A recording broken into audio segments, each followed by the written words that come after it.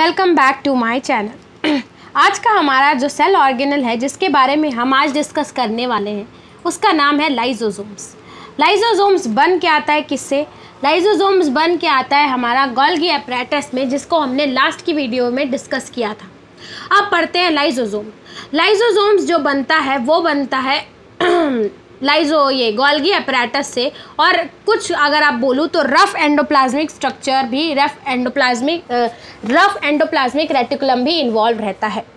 इसको क्या होता है, अगर एक सेल है उसमें बहुत सारे वेस्ट मटेरियल्स या बाहर से आप बोल सकते हो कि बैक्टीरिया का अगर उसमें अटैक होता है तो ये बहुत सारे एंजाइम से बना होता है जो कि हमारे सेल को बैक्टीरिया से बचाता है या बाकी कोई भी इंसेक्ट से अटैक से बचाता है। इसको आप बोल सकते हो हमारी बॉडी में एक इंसेक्टिसाइड्स के पेस्टिसाइड्स की तरह काम करता है, जो कि सारे इंसेक्ट्स को बचाता है, हमारे सेल को हमारे बाकी इंसेक्ट से बचाता है। ये होता है जितने भी वेस्ट मटेरियल होते हैं हमारे सेल में उसको ये डाइजेस्ट कर लेता है, ठीक है। इसीलिए इसको बोलता है kind of waste disposable system of a cell. ये बहुत सारे छोटे छोटे एंजाइम्स रहते हैं, ये एंजाइम्स एक बड़ा स्ट्रक्चर फॉर्म करके लाइसोसोम्स बन जाते हैं।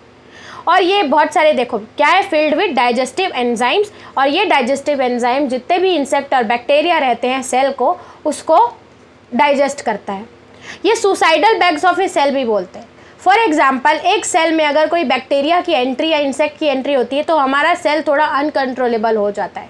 अनकंट्रोलेबल होने के कारण जो ये हमारे एंजाइम्स रहते हैं छोटे छोटे लाइसोसोम्स, ये फट जाते हैं, और फटने के बाद जो हमारा जो सेल है, जो डिस्ट्रॉयड सेल है, ये पूरा नष्ट हो जाता है।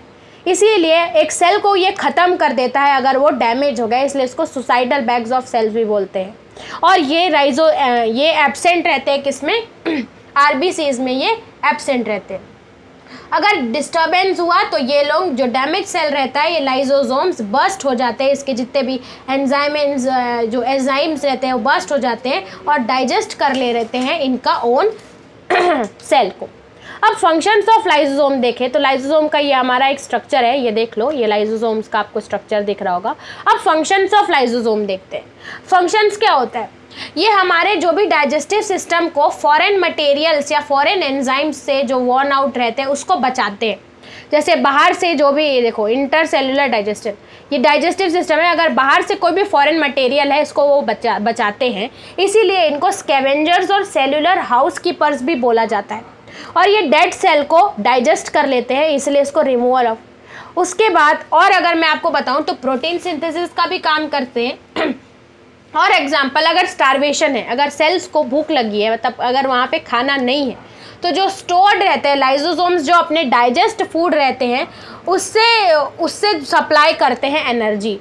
तो लाइसोसोम्स एनर्जी का भी सप्लाई करते हैं। अगर उस टाइम पे सेल के पास एनर्जी ना हो, जो वो खा चुके हैं, जो डाइजेस्टेड मटेरियल्स हैं लाइसोसोम्स के अंदर, उससे वो एनर्जी प्रोवाइड करते हैं बाकी सेल्स को। और आपको पता है कि ये फॉरेन मटेरियल्स जो भी रहते हैं वो बचाते हैं, उनसे बचाते हैं और एक पावरफुल डाइजेस्टिव सिस्टम फॉर्म करते हैं, ठीक है। और ये एंजाइम्स अगर ब्रेक हो जाते हैं तो ये ऑर्गेनिक मटेरियल्स रहते हैं, ठीक है, एक ऑर्गेनिक मटेरियल्स को भी डाइजेस्ट करते हैं। तो ये था हमारे किसके बारे में? लाइसोसोम्स के बारे में। हमारा ये सेल ऑर्गेनल भी कंप्लीट हो गया है। हमारे रेटिकुलम डिस्कस कर चुके हैं हम, गोल्गी apparatus, लाइसोसोम्स। अब कुछ ही सेल ऑर्गेनल बचे हैं, उसके लिए आप नेक्स्ट वीडियो का वेट कीजिए। तब तक के लिए बाय बाय।